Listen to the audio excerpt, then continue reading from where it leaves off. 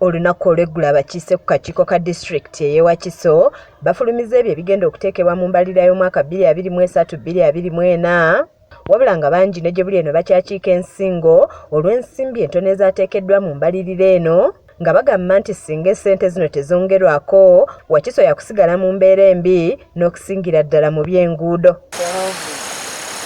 Embeera eno ewaliriza ssentebe w'akakiiko akakola ku nguudo aka Uganda Roads Committee Amajulu Simon okusinkana abakulembeze ba disitulikiti eno okusalira awamu amagezi ku ngeri gye bayinza okuyambako bannawakiso ku kizibu ky'enguudo. Abakulembeze ku disitulikiti y'e Wakiso bakulembeddwamu ssentebe Dr. Matiya Bwanika nga bano balombozza okusoomoozebwa kwe basanga omuli enkuba efudde mbanga kati enguudo ezisinga obungi amazzi gazisalako dda nga n'ensimbi eziziddaabiriza tebazirina. Mu kiseera eky'omusana abantu basiiba bakaaba nfuufu. Enkuba bw'etonnya emyala ate ne gisalako.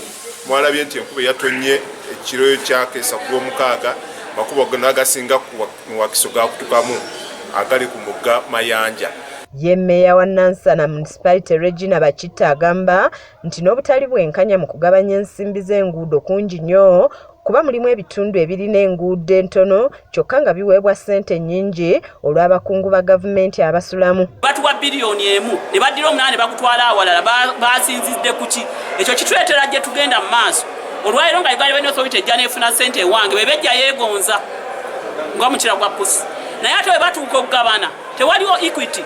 Good governance egamba wabeerewo obwenkanya tweke kweyagaliza tulobinge naye ng'olobinga ng'ofane ku banno kuba ffenna tuli urban areas twagala ate ffenna tuli mu Buganda.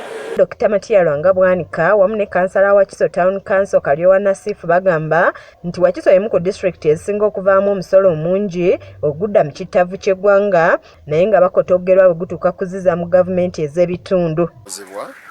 Konji banga kizuuliddwa n'okuzuulibwa nti kakati ssente eziva mu gavumenti ezigabwa ku nguudo ate tezenkanankana na wano mu Wakiso wokka waliwo w'osanga nga municipality emu efunye ssente ebitundu 10 za disitulikiti zeefunye naye nga ate disitulikiti nnene nnyo ate municipality neefuna ssente nga nnyingi nnyo. N'olwekyo wateekwa okubeerawo obwenkanya olaba tebuli wano mu Wakiso wokka kitegeeza buli ne mu Uganda yonna.